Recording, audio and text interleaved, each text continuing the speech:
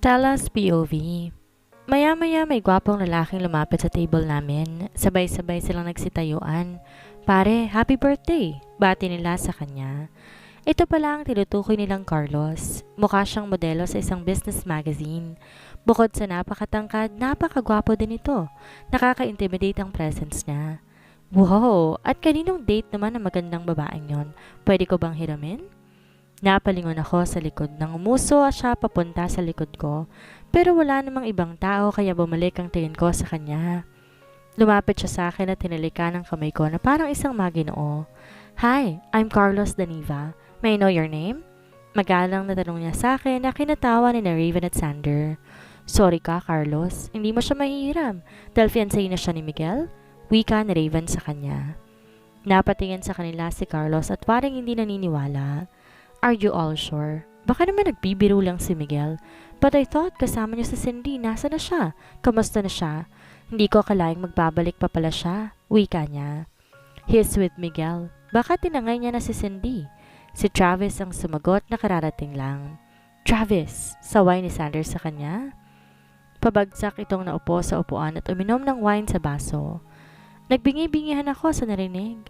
Naalala ko naman ang nangyari kanina, kaya pilit ko na lang tinutuon ang sarili sa pag-inom ng tubig. Bakit? I'm just telling the truth. Baka nga sa mga oras na to kung ano na ang ginagawa nila, dagdag pa ni Travis.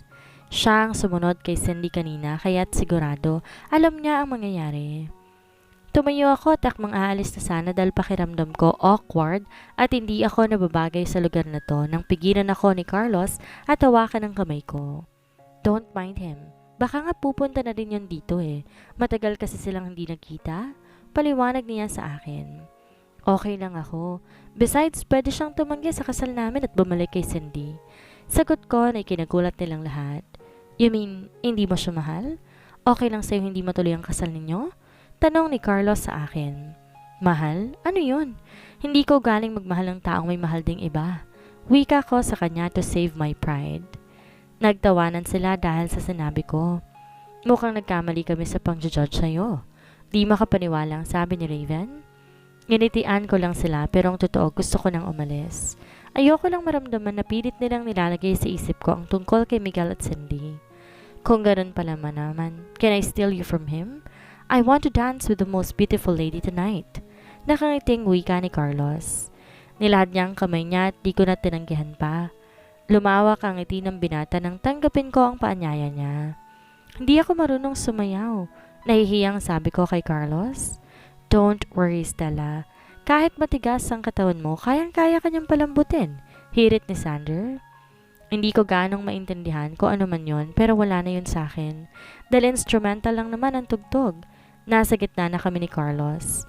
Pinatong niya ang dalawang kamay ko sa balikat niya at nasa bewang ko naman ang dalawang kamay niya. Hindi ko tuloy maiwasang mahiya dahil nasa amin ang atensyon ng ibang nararoon, kabilang na ang mga kaibigan nila Miguel. I can't believe na hindi ka naapektuhan sa sinasabi nila sa'yo. Knowing Miguel Montenegro is one of the richest young bachelors not only here but also around Asia. In short, maraming nagkakandara pa mapansin niya lang, kaya masyado siyang loyal sa first love niya. Nakangiting wika ni Carlos sa akin. Pwede ba? Huwag na natin siyang pag-usapan? Kunot noong tanong ko. Lumapad ang ngiti niya kaya mas nailang ako sa kanya. Mas gwapo kasi siya pag nakangiti at sobrang bango din niya. Of course, total mas interesado ako sa'yo. Pwede ba akong manligaw? Naiiling na napangiti ako sa kanya. Ano nakakatawa? Wala lang. Ganyan ba talaga kayong mayayaman? Akala nyo porket mataas ang kalagayan niyo sa buhay at perpektong pisikal na anyo ninyo, madali lang para sa inyong mapaniwala ang lahat ng mga babae? Nakangising tanong ko. Natawa naman si Carlos sa sinabi ko. Nilapit niya ang labi niya sa tenga ko kaya tumayo ang balahibo ko sa bato. So inaamin mong magandang lalaki ako, wika niya. Sasagot sana ako nang bigla ko makita ang madilim na mukha ni Miguel. Mabilis siyang lumakad papunta sa amin. Kanina pa kita hinahanap. Bulalas niya sa bahigit sa braso ko. Napanguwi ako sa mahigpit niyang hawak sa kamay ko pero pinigilan niyo ni Carlos. Nagsilapitan din si Raven at Sander. Pare, baka nakakalimutan mo. Nasa party tayo at birthday ko pa. Kung gusto mo siyang kausapin, huwag sa marahas na paraan, paalala ni Carlos. Naramdaman ko ang pagluwag ng hawak sa akin ni Miguel at huminga siya ng malalim. Pasensya ka na, Carlos. Pwede ka na bang bawiin ang fiancé ko? May diin sa salita ni Miguel. Binitawan naman ni Carlos ang kamay ni Miguel at tumarap siya sa akin. If something happens, lumapit ka lang sa akin. I can save you from him. Sambit ni Carlos sa akin. Hey, umayos ka, Carlos. Sagot ni Miguel sabay hila ulit sa akin. Habang papalabas kami ng venue, lalong humihigpit ang hawak ng binata sa kamay ko. Miguel, ano ba? Nasasaktan na ako. Inis na singhal ko sa kanya.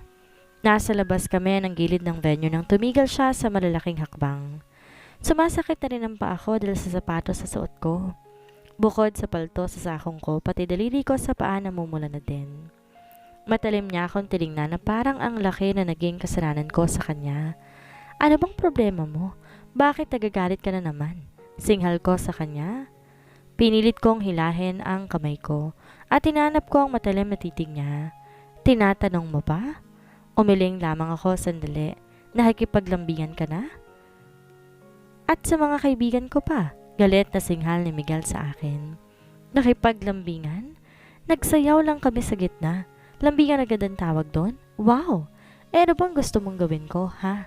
Mag-iintay sa entrance kung saan mo ko iniwan at antayin kung kailan kayo matatapos maghalikan ni Cindy? Lalong kumunot ang noo ni Miguel dahil sa sinabi ko. What are you talking about, Stella? Nag-uusap lang kami ni Cindy. Katwiran niya na ikinatawa ko na mapait dahil hindi ko rin napigilan ang sarili ko.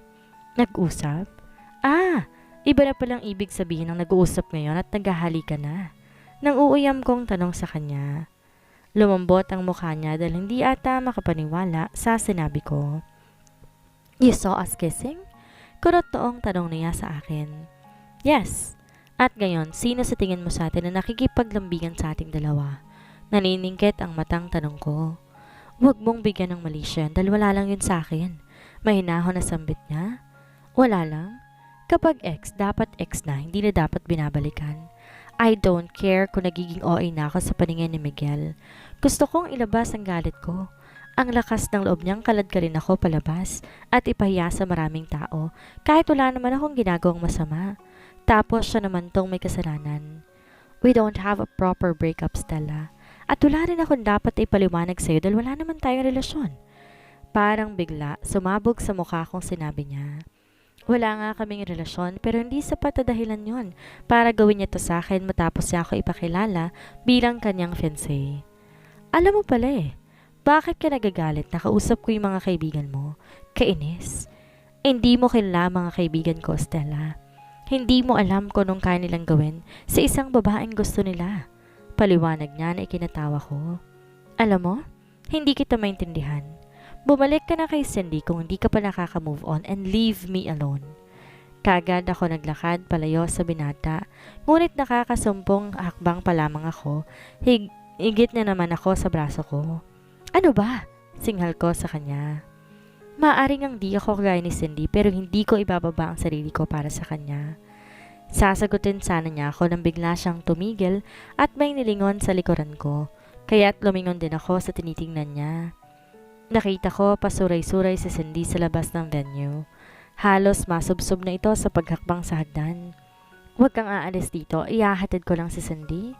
Wala siyang sasakyan at lasing na siya. Naiintindihan mo ba, Stella? Di na ako nakasagot pa dahil bigla na lamang niya akong iniwan. Kagad siyang lumapit kay Cindy at inalalayan to sa kotse. Nakita ko rin pilit inaalis si Cindy ang kamay niya pero mapilit si Miguel.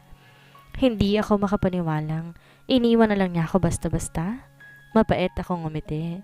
Hindi ko alam anong gumuguhit sa puso ko dahil sa nakikita ko at inaamin ko na sasaktan talaga ako. Sumandal ako sa dingding na semento. Ako, wag aalis at iintayin ko siya? Akala mo ba ikaw lang may karapatang mang-iwan, Miguel? Naramdaman ko ang sakit ng mga paa ko at alam ko may paltos na rin ito dahil sa suot kong stiletto. Dahan-dahan akong humakbang papalabas sa gate ng venue. Wala na rin akong mukha pang ihaharap pa sa loob kaya nagpasya na akong lumakad na palabas. Maigi na lamang at maraming ilaw sa poste bukod sa liwanag ng malaking buwan kaya kahit papano may tanglaw ako sa paglalakad. Malayo ang venue sa isang establishment dahil paglabas ko, puro puno ang nasa gilid ng kalsada. Siguro naman pagkalabas ko sa pinaka-gate may makikita na akong taxi pa uwi.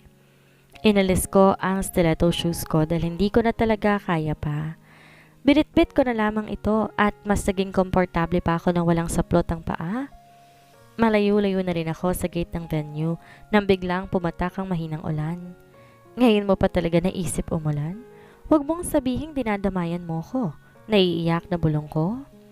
Kasabay noon ang tuluyang paglakas ng ulan pero wala akong pakialam. Makakalabas lang ako sa main gate.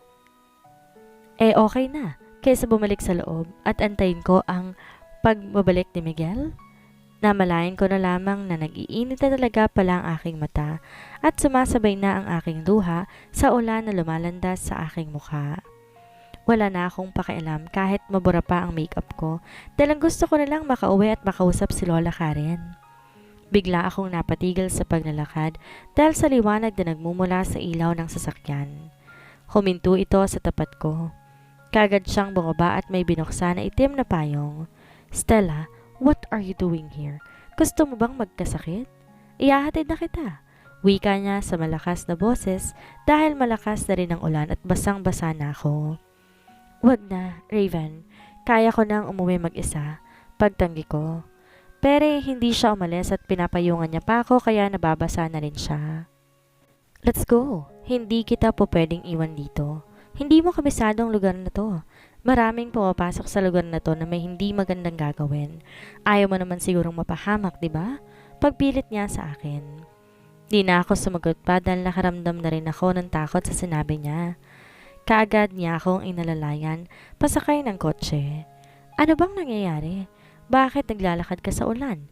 Kurot noong tanong niya sa akin.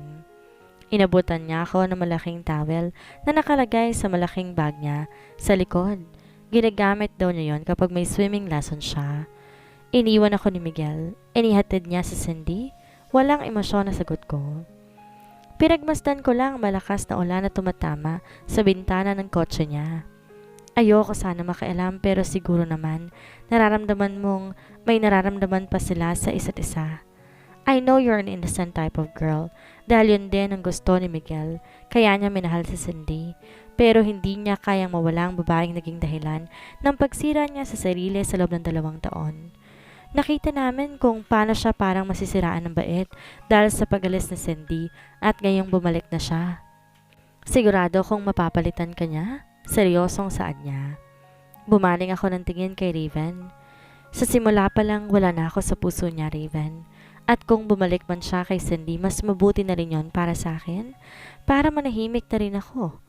Maluwag sa loob kong tanggapin. Kung ibalik man ako ni Doña Karen sa ampunan, kung saan ako nanggaling kaysa patuloy kong maramdaman ang ganito, sagot ko sa kanya.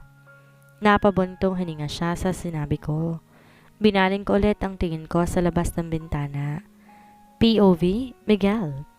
Cindy is the reason kung bakit ko sinama si Stella sa party. Alam ko kasing dadalo to sa birthday ni Carlos. Magkahalong emosyon ang nararamdaman ko nang bigla na lamang siyang umalis matapos kong ipakilala si Stella. I saw pain in her eyes. Nasasaktan ko siya pero kulang pa yon sa kabayaran ng ginawa niyang pag-iwan sa akin. Ngunit nang sumunod sa kanya si Travis, nagpanik na ako. He was also my close friend kaya nagpaubaya siya sa akin kay Cindy. Sabay kaming nanligaw ni Travis sa kanya pero ako ang sinagot na Cindy. Sa selos na nararamdaman ko, natagpuan ko na lang ang sarili ko na hinahabol ang babaeng nang iwan sa akin.